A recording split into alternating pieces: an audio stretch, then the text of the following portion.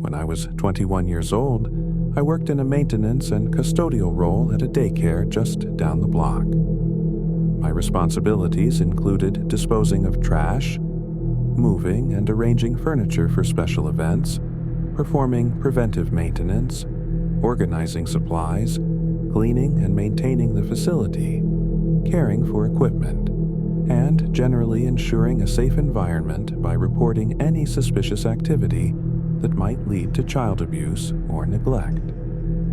On certain days, I was even the one entrusted with both opening and closing the facility. It was an extremely demanding job, particularly because it was just me and one older guy, essentially my boss. Most of the time, I was the one who locked up the place while he left early.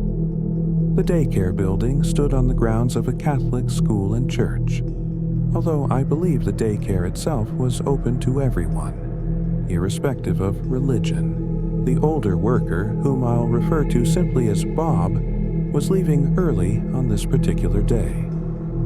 It must have been a Friday, as he always departed early on Fridays. He instructed me on the tasks that needed completing before the cleanup began. He said to start with the usual cleaning of the classrooms and then pack up the remaining Thanksgiving decorations from the classrooms back into their crates. I was to bring them down to the basement and, afterward, begin moving the Christmas crates upstairs. These crates contained decorations destined to be used all over the building, from the lobby to the hallways to the classrooms. Although the child care staff were the ones who would do the actual decorating, it was my job to clean up and transport the crates both up and down. Since it was now after Thanksgiving, it was time for Christmas decorations to be brought up. By that point, all the kids and staff had left, and it was already dark, between 6 and 7 o'clock. I was the only one left in the building, so I locked all the doors while continuing my work. I headed down to the basement, which was used primarily for storage. Given that it was cold outside and we were well past the outdoor play season, all the outdoor toys usually left in the courtyard had been stored in the basement. This included, but was not limited to, plastic slides and those toy cars that kids would push around with their feet. The basement comprised a narrow hallway passing by the boiler room and the hot water heaters, culminating in a storage room that always exuded a creepy vibe, mostly due to the insufficient lighting, or rather, the complete lack of it. There was no direct overhead lighting down there, only 2 sketchy, dim lights in the corners and a small light from the hallway. Moreover, the basement ceiling was quite low. I had to crouch slightly to avoid hitting my head on certain protrusions, as the space resembled a hybrid between a basement and a crawl space. Being 6 feet 3 inches, this wasn't as much of an issue for me as it might be for someone shorter. Although the basement had several small windows that would make it decently bright during the day, at this hour it was pitch dark, forcing me to use a flashlight.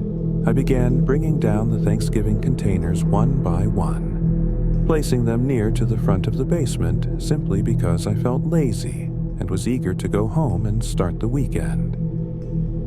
As I was lugging one of the Christmas containers up the stairs and through the hallway, I suddenly heard a child's voice followed by muffled laughter. I recognized the sound clearly. I halted my progress with the container and began searching the area, checking every classroom, then the indoor playroom, then the art room, and the bathrooms. Every room I could think of. There were no children anywhere. Yet, that muffled voice persisted intermittently. The only place I hadn't checked was the basement. I walked back to the basement door and peered down the stairs, waiting. Then I heard a noise coming from further down. The realization struck me that a child must be down there, so I sprinted down the stairs yelling, "Who's down there?" thinking one of the kids had snuck in. I reached the bottom and dashed through the basement hallway toward the storage room. I saw one of the toy cars move briefly before coming to an abrupt halt. It was as if it had just been pushed. I stood still and scanned the room, but saw no child capable of pushing that car. I repeatedly called out, "Anyone down here?" The silence was absolute, deafening, in fact. I began actually looking inside the boxes and containers, thinking a kid could be hiding in one of them. However, as I examined them, I realized there was no conceivable way for a child to fit inside or to have closed these boxes upon themselves. At that moment, I felt completely alone, yet somehow not alone. I can't fully explain that unsettling sensation. Then, right behind me, I heard something made of plastic drop to the floor. There was no draft in the basement, and I didn't even turn around to see what it was. I immediately fled upstairs without looking back, stopping at the top of the stairs once more. When I heard what I could only describe as a child's whisper emanating from down there, I slammed the door shut. I didn't know what else to do except call Bob. In short, he advised that if I believed a child was down there, I should call the police. The frightening part was that, although I didn't truly believe there was a child down there, I still ended up dialing 911. I simply couldn't leave without confirming, and I was right. There were no children in the basement. With the assistance of a couple of police officers, we scoured the area, finding nothing but piles of boxes and containers filled with supplies and decorations. I also couldn't locate anything on the floor that could have made that plastic sound when it dropped. Given that there was nowhere else for a child to hide and no one had reported any missing kids, the cops were forced to leave. I could tell they felt I had wasted their time, but I was too disturbed to feel embarrassed about the police call. I quit the job right before Christmas, never having to return to that basement again. This incident occurred not too long ago. Now I live alone in my apartment. I want to make it clear that I do not take any medication, nor have I been diagnosed with anything that would impair my awareness or cause hallucinations. That night was a one-time incident that I simply cannot explain, and I truly hope it remains that way. I had a long day at work. I'm a construction worker in the city, and I hit the gym 4 to 5 days a week on top of that. Depending on the projects at work, when I get home, I'm usually ready to collapse onto a couch. After work and the gym one evening, I stopped for food on the way home because there was no way I was going to cook. I was utterly exhausted. I got home and plopped the Chipotle I had just bought on the ottoman in my living room, then lay down on the couch as I ate. It was later in the week, and I was already very tired. I demolished the Chipotle, though I definitely could have eaten more, but I was so tired that I actually fell asleep on the couch while watching TV. I awoke a few hours later, realizing it was around 11 o'clock at night. I was so comfortable on the couch, bundled under a blanket, that I didn't want to get up. But then I remembered I'd left my contacts in, so I went to the bathroom to remove them. After that, I headed to my bedroom to sleep in my actual bed. While walking to my room, I suddenly heard my name being called from the living room. All I could think was, what the actual fuck? It was a female voice. I turned back and re-entered the living room. I flicked on the light, but the room appeared blurry. I asked, "Who was that?" "Mom." But there was no answer. I had to fetch my glasses from my room if I wanted to see clearly. I grabbed my glasses from the nightstand and returned to the living room. I was the only living soul in my apartment. My apartment isn't large. It's just a combined kitchen and living room, plus my bedroom and a bathroom. There aren't many places to look and hardly any places to hide. Yet, there should not have been anyone in my apartment. I called my mom to confirm she wasn't there, and apparently I woke her up with my call. So that answered that. I chalked it up to a brain fart moment because clearly no one was in the apartment, and so I went to bed. It wasn't as easy to fall asleep this time because all I could think about was the voice that had just called my name. Just as I was finally beginning to drift off, I heard a female voice call my name again from somewhere within the bedroom. I flipped over onto my back and looked across the room, and all I could see was a big, tall, human-shaped mess a few feet in front of my bed. I could make out long hair belonging to a woman, and I could barely discern what appeared to be distorted facial features. I let out a harrowing scream as I fumbled for the light switch or my glasses. In my panic, I knocked over the lamp as I finally managed to find the switch and turn the light on. But when the room was illuminated, there was nothing at the end of my bed. I quickly put on my glasses and meticulously searched every nook and cranny of the room, under the bed, in the closets, on the dresser, and then I checked the rest of the apartment. I can state matter-of-factly that there was no one but me in this apartment. I felt as if I were losing my mind.